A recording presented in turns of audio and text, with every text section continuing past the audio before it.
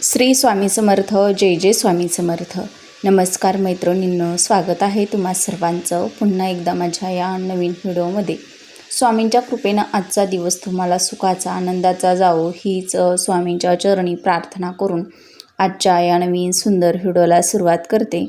तर 31 मेला म्हणजेच येत्या रविवारी म्हणजे उद्या आली आहे अधिक मासातील पौर्णिमा तिथी. प्रत्येक महिन्यात पौर्णिमा तिथी ही येत असते, पण त्या प्रत्येक पौर्णिमेचं महत्त्व हे सुद्धा खूप वेगवेगळं असतं. पौर्णिमेच्या दिवशी अनेक जण व्रत करत असतात.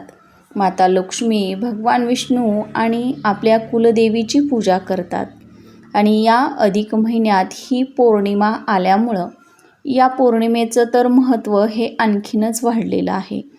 कारण की अधिक मास हा भगवान विष्णूंना समर्पित केला जातो आणि या महिन्यात जर आपण भगवान विष्णूंची सेवा उपासना केली तर त्याचं कितीतरी अधिक पटींनी पुण्य आपल्याला मिळत असतं.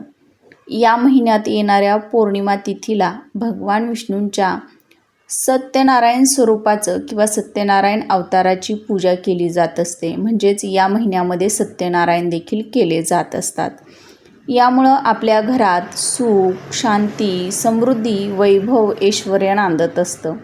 आता बघा, पंचांगानुसार या अधिक महिन्यातील पौर्णिमा तिथीची जी सुरुवात आहे तर ती आज 30 मेला शनिवारच्या दिवशी म्हणजेच आज सकाळी 11:58 सुरू होत आहे. आणि ही पौर्णिमा 31 मेला म्हणजे उद्या रविवारी दुपारी 3:15 समाप्त होणार आहे. आणि उगवत्या तिथीनुसार ही पौर्णिमा उद्या रविवारी साजरी केली जाणार आहे. म्हणजे रविवारी आपल्याला हे पौर्णिमेचं जे व्रत आहे किंवा जे लोक पौर्णिमेचा उपवास करतात तर त्यांनी उगवत्या तिथीनुसार रविवारच्या दिवशी हे पौर्णिमेचं व्रत करायचं आहे. आणि उद्या पौर्णिमेच्या दिवशी आपण कोणतीच सेवा नाही केली किंवा उपवास नाही केला तरी पण चालेल, पण आपल्या कुलदेवीला अशी एक वस्तू अर्पण करायची आहे. यामुळं आपल्यावरती कुलदेवी प्रसन्न होईल. आयुष्यातील सर्व अडचणी, बाधा, संकट दूर होतील. आपल्या घराची प्रगती होईल. आणि अशी कोणती वस्तू आपल्याला आपल्या कुलदेवीला उद्या पौर्णिमेच्या दिवशी म्हणजेच अधिक पौर्णिमेला कुलदेवीला अर्पण करायची आहे, कोणत्या वेळेमध्ये अर्पण करायची आहे, ही सेवा कशी करायची आहे याचीच माहिती मी पुढे व्हिडिओमध्ये दिलेली आहे. त्यामुळे हा व्हिडिओ कुठेही स्किप करू नका, अगदी शेवटपर्यंत नक्की पहा, म्हणजे याची योग्य ती माहिती तुम्हाला मिळून जाईल. तर अधिक महिन्यात आपल्याला बघा आपल्या कुलदेवीचा कुळाचार करायचा असतो. ज्याप्रमाणे आपण बघा आषाढ महिन्यामध्ये कुलदेवीची ओटी भरत असतो किंवा काही सेवा करत असतो महत्त्वाच्या. आपल्या कुलदेवीची ओटी या अधिक महिन्यामध्ये आपण भरायची असते. अधिक मास सुरू होऊन बघा बरेच दिवस झालेले आहेत. आता बघा कोणत्याही मंगळवारी, शुक्रवारी तुम्ही ही ओटी भरू शकता. आणि जर तुम्ही ओटी भरली नसेल तुमच्या कुलदेवीची तर या पौर्णिमेला म्हणजे उद्या रविवारी तुम्ही तुमच्या कुलदेवीची ओटी भरली तरीही चालणार आहे. कुलदेवी ही आपल्या कुळाचं रक्षण करत असते. आपल्या घरात जर कुलदेवी प्रसन्न असेल, तिचा आशीर्वाद आपल्यावरती असेल तर आपल्या घराची नेहमी भरभराट होत असते, प्रगती होत असते. तर हा उपाय आपल्याला पौर्णिमेच्या दिवशी करायचा आहे. म्हणजेच ही पौर्णिमा आज शनिवारी चालू झालेली आहे तर तुम्ही हा उपाय संध्याकाळच्या वेळीसुद्धा आज केला तरीही चालेल. आणि ज्यांना वेळ भेटणार नाही त्यांनी उद्या रविवारच्या दिवशी केला तरीही चालणार आहे. हा उपाय करण्यासाठी बघा आपल्याला या रविवारच्या दिवशी किंवा आज लवकर उठायचं आहे. अंघोळीच्या पाण्यात हळद, थोडंसं गोमूत्र आणि गंगाजल टाकून स्वच्छ अंघोळ करायचे आहे. आता बघा तीर्थक्षेत्री जाऊन पवित्र नद्यांमध्ये स्नान करण्याला या अधिक महिन्यामध्ये विशेष असं महत्त्व दिलं जातं. पण प्रत्येकालाच पवित्र नद्यांमध्ये जाऊन स्नान करणं शक्य होईलच असं नाही. म्हणून तुम्ही थोडंसं गंगाजल टाकून या पाण्यानं अंघोळ करायची आहे. या अधिक महिन्यामध्ये बघा अनेक महत्त्वाची कामे जी आहेत तर ती केली जात असतात. त्यामध्ये लेक जावयाला बोलवून त्यांचा मानपान केला जातो. आपल्या आईची ओटी भरली जाते, त्यासोबतच आपल्या कुलदेवीची ओटी भरून तिचासुद्धा कुळाचार या अधिक महिन्यामध्ये आवर्जून करावा. कारण की या अधिक महिन्यामध्ये आपण केलेले कोणते पण काम असेल, सेवा असतील, उपाय असतील, तर त्याचं आपल्याला 33 पटींनी फळ प्राप्त होत असतं. म्हणून आपल्याला हा जो उपाय आहे तर तो या अधिक महिन्यातील पौर्णिमेला करायचा आहे. आता बघा, लवकर उठून स्वच्छ स्नान करून घेतल्यानंतरनं आपल्याला आपल्या देवघरातील देवांची पूजा करून घ्यायची आहे नेहमीप्रमाणेच. आता देवघरात धूप, दीप, अगरबत्ती लावून आपल्याला वातावरण हे प्रसन्न करून घ्यायचं आहे.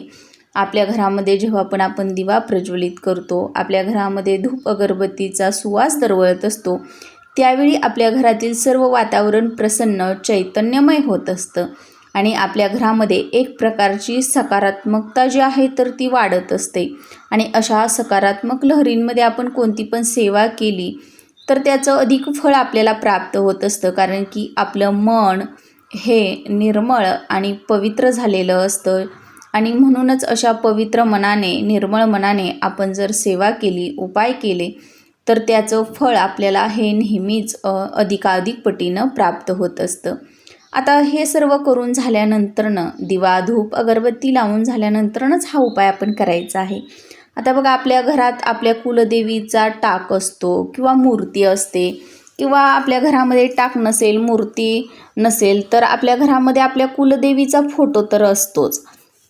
आता ज्यांच्या घरामध्ये कुलदेवीची मूर्ती आहे, टाक आहे, त्यांनी त्या टाकावरती आपल्या कुलदेवीच्या स्वच्छ पाण्यानं किंवा दुधानं, ज्यानं पण जमेल त्या न अभिषेक करून घ्यायचा आहे. यानंतरनं एका पाटावरती आपल्याला ही मूर्ती ठेवायची आहे.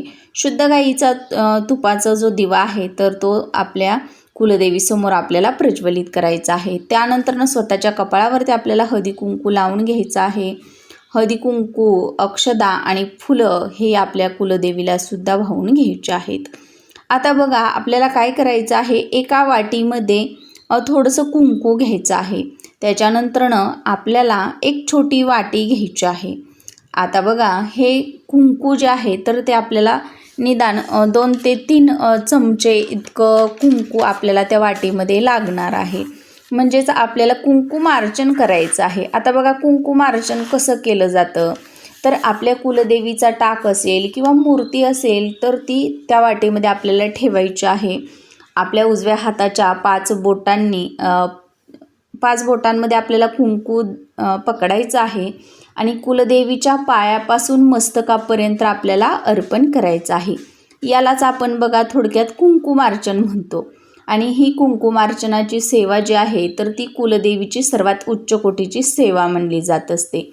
आता बघा, हे कुंकुमार्चन करत असताना ओम श्री कुलस्वामिनी नमः या मंत्राचा जप आपल्याला करायचा आहे. किंवा कुलदेवीच्या नावाचा जप करा. तुमच्या कुलदेवीचं नाव तुम्हाला माहिती असेल तर त्या कुलदेवीच्या नावाचा जप तुम्हाला करायचा आहे.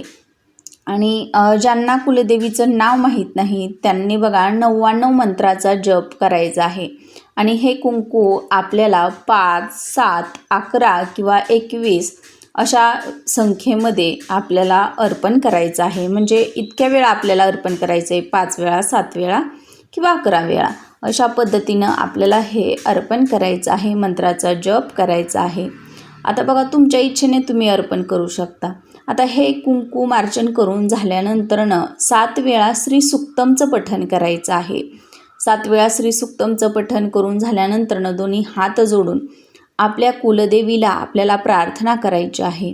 तुमच्या घरातील अडचणी, बाधा दूर करण्यासाठी, तसेच आपल्या मुलांवरती येणारी संकट, विघ्न दूर करण्यासाठी, तुमच्या कुळाचं रक्षण करण्यासाठी, तुमच्या घरामध्ये कुलदेवीनं सदैव वास करावा, तुमच्या घराची नेहमीच भरभराट होत राहावी, उत्तरोत्तर प्रगती व्हावी तुमच्या मुलांची, अशी तुम्हाला प्रार्थना करायची आहे.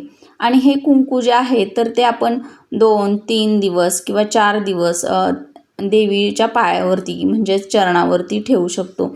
आणि अगदी जर तुम्हाला काढून घ्यायचं असेल तर तुम्ही एखाद्या छोट्याशा डब्बीमध्ये किंवा एखाद्या कागदामध्ये स्वच्छ अशा ते बांधून ठेवायचं आहे. आता बघा, हे कुंकू जे आहे तर ते घरातील सुवासिनी स्त्रियांनी आपल्या कपाळावरती रोज नित्यनेमाने लावलं तरीही चालणार आहे.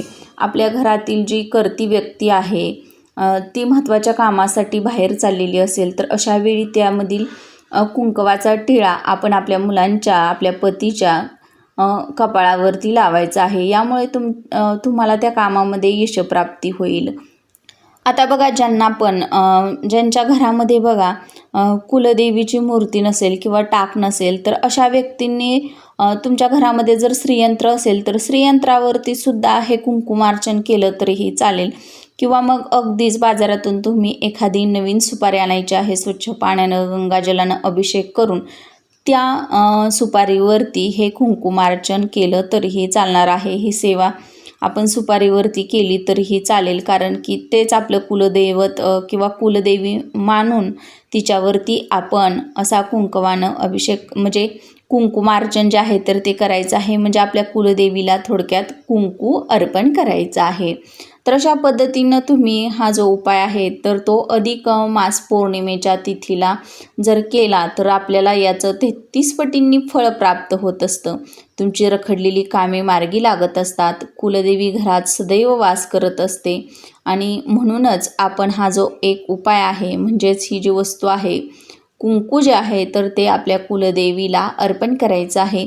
असं आपल्याला बघा, ही जी संधी आहे तर ती आपल्याला 3 वर्षातून फक्त एकदाच मिळत असते. तर या संधीचा तुम्ही नक्कीच लाभ घ्या आणि अशा पद्धतीनं तुमच्या कुलदेवीला हे कुंकू अर्पण करा.